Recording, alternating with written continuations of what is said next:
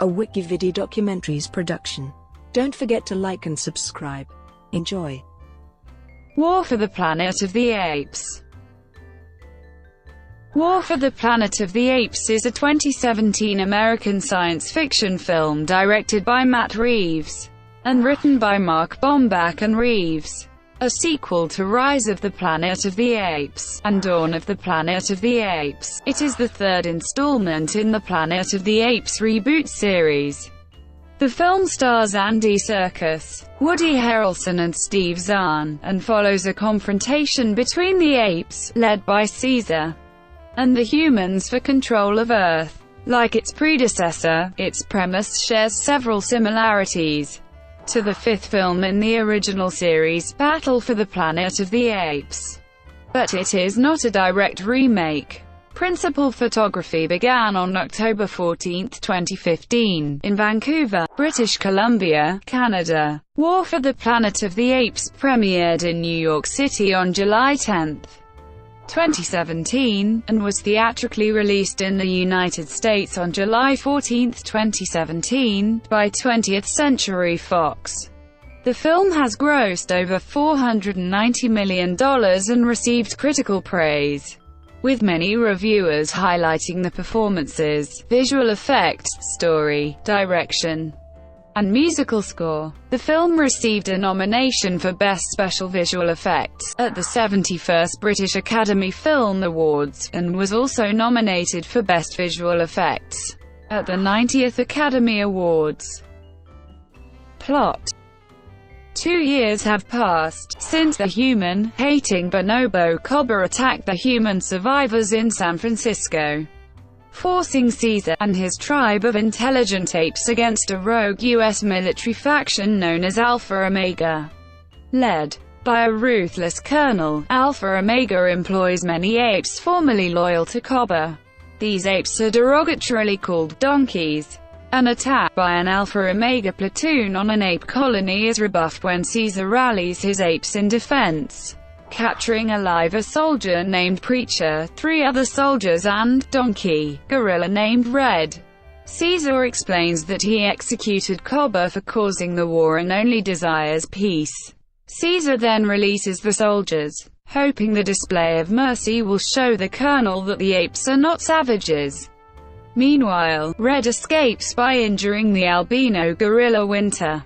While ceremonially disposing of the dead apes, Caesar welcomes back his eldest son Blue Eyes and his lieutenant Rocket from a long journey. Blue Eyes reports that they have found a place across the desert that is ideal for them. An uneasy Winter beseeches that the tribe leave immediately. Though agreeing to leave, Caesar feels they need to prepare first. That night, the colonel leads a team of soldiers in infiltrating the apes' home. Believing he had succeeded, the colonel begins to leave only to be discovered by Caesar. Enraged upon seeing that the human killed his wife Cornelia and son, he attempts to prevent the colonel's escape, but fails. After the attack, the apes cannot find Winter. In the morning, the tribe gathers to journey to safety, leaving his youngest son, Cornelius, in the care of Blue Eyes' wife Lake. Caesar departs to exact revenge while serving as the decoy for the other apes. Accompanied by his orangutan advisor Morris, gorilla lieutenant Luca, and Rocket, the apes enter an abandoned village, where they kill a deserted soldier in self-defense. Searching the village, the apes discover a mute girl. Morris befriends and adopts the girl, giving her a small rag doll. At a beachside military camp, the apes spot Winter inside, and the group sneak in. Winter, who became a donkey, tells Caesar that the colonel has departed for the border to meet soldiers from the north.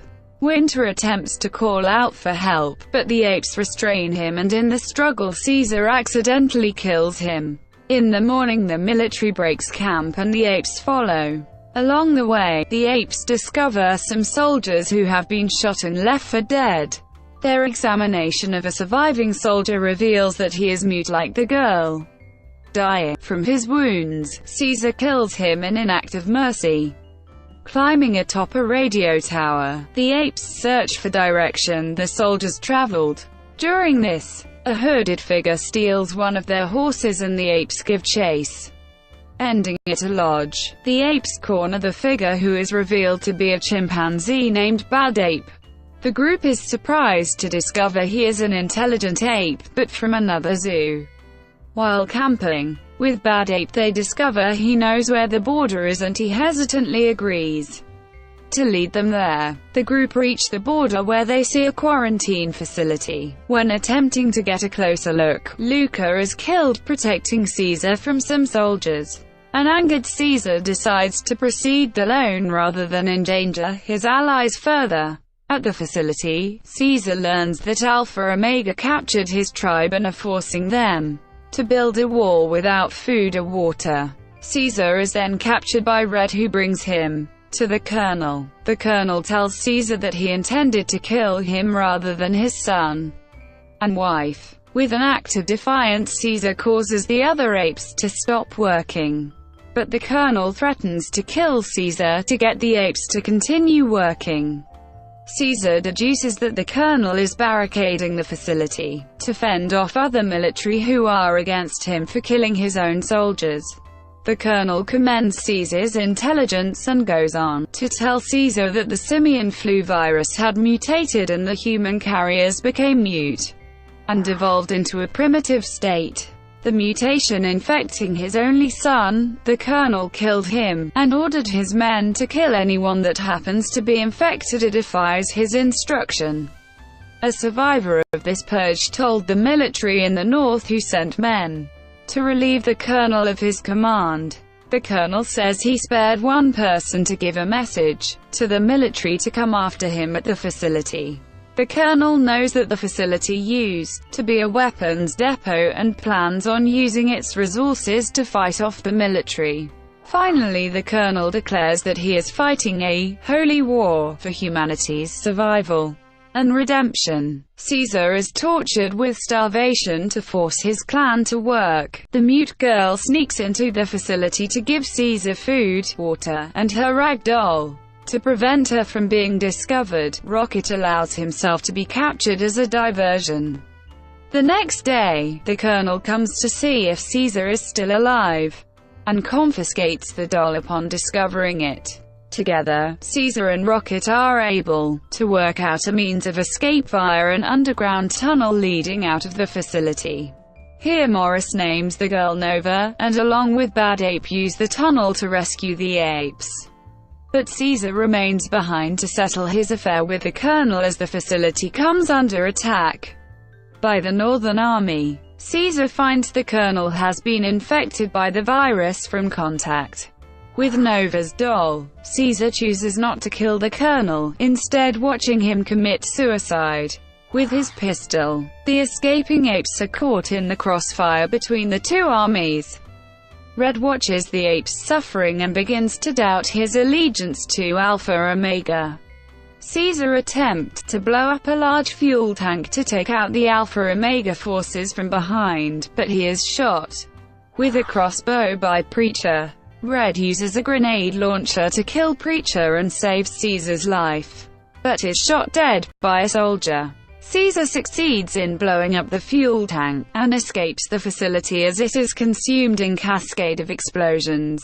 The victorious Northern Army notices Caesar, but before they can kill him, an avalanche descends upon the base. The apes, carrying Nova, all survive by climbing nearby trees. The apes then cross the desert to find an oasis. While the other apes joyously celebrate their new home, Morris discovers Caesar's fatal arrow wound. Morris promises to tell Cornelius who his father was, and what he did for their tribe. Caesar then slowly and silently succumbs to his wounds, dying peacefully while Morris and the other apes look on. Development. After seeing his cut of Dawn, 20th Century Fox and Chernin Entertainment signed Matt Reeves to return as director for a third installment of the reboot series. In January 2014, the studio announced the third film, with Reeves returning to direct and co-write along with Bomback and Peter Chernin, Rick Jaffa and Amanda Silver serving as producers. During an interview in mid-November 2014 with MTV, Andy Serkis said they did not know the next film's setting. It could be 5 years after the event. It could be the night after the events of Where We Left Dawn, in May 2015. The title was first given as War of the Planet of the Apes. By October 2015, it had been retitled as War for the Planet of the Apes. When director Reeves and screenwriter Bomback came on board to helm Dawn, the film already had a release date, which led to an accelerated production schedule.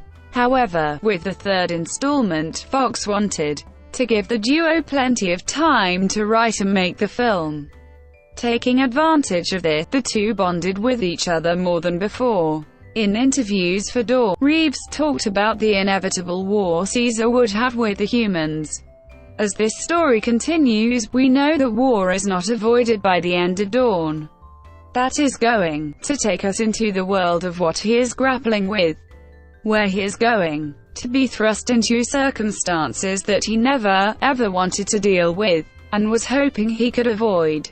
And now he is right in the middle of it. The things that happen in that story test him in huge ways, in the ways in which his relationship with Cobber haunts him deeply. It's going to be an epic story. I think you've probably read that I sort of described it, where in the first film was very much about his rise from humble beginnings to being a revolutionary. The second movie was about having to rise to the challenge of being a great leader in the most difficult of times.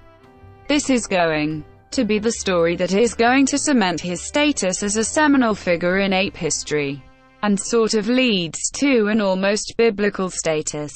He is going to become like a mythic ape figure, like Moses. Toby Kebbell, who portrayed Cobber in Dawn, had expressed interest in reprising his role of performing as other characters. Plans to include Cobber in a larger role in the film were abandoned early, with Bomback saying, "If you stayed until the very end of Dawn of the Planet of the Apes, you hear Cobber's breathing. We did that to give us a tiny crack of a possibility that we could revive Cobber if we wanted to. Very early on in spitballing, we realized there was nothing more to do with Cobber, there's certainly nothing that would exceed what he had done in the last story. But we knew we wanted to keep him alive as an idea. In playing out the reality of what happened at the end of the last film, Caesar would be traumatized by having to kill his brother. That would have resonance, and we wanted to make sure that did not get lost.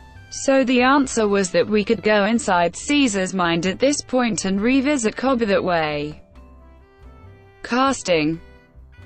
In August 2015, Deadline reported that Gabriel Chavarria had been cast as one of the humans in the film.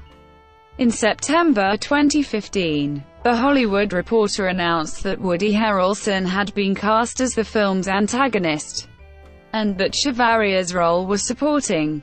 In October 2015, The Wrap reported that Steve Zahn was cast as a new ape in the film. It was also announced that actress Amy Miller was cast as one of the film's humans, with Judy Greer and Karen Konoval reprising their roles as Cornelia and Morris, while Alex Paunovic and Sarah Canning were cast as new apes. Filming. Principal photography on the film began on October 14, 2015 in the Lower Mainland in Vancouver, under the working title Hidden Fortress. Filming was expected to take place there until early March 2016. Parts of the film were expected to shoot for up to 5 days in the Kananaskis in late January and early February. In March, Serkis confirmed that he had finished shooting his portions. Brought to you by WikiVidi Documentaries. Would you like to know more?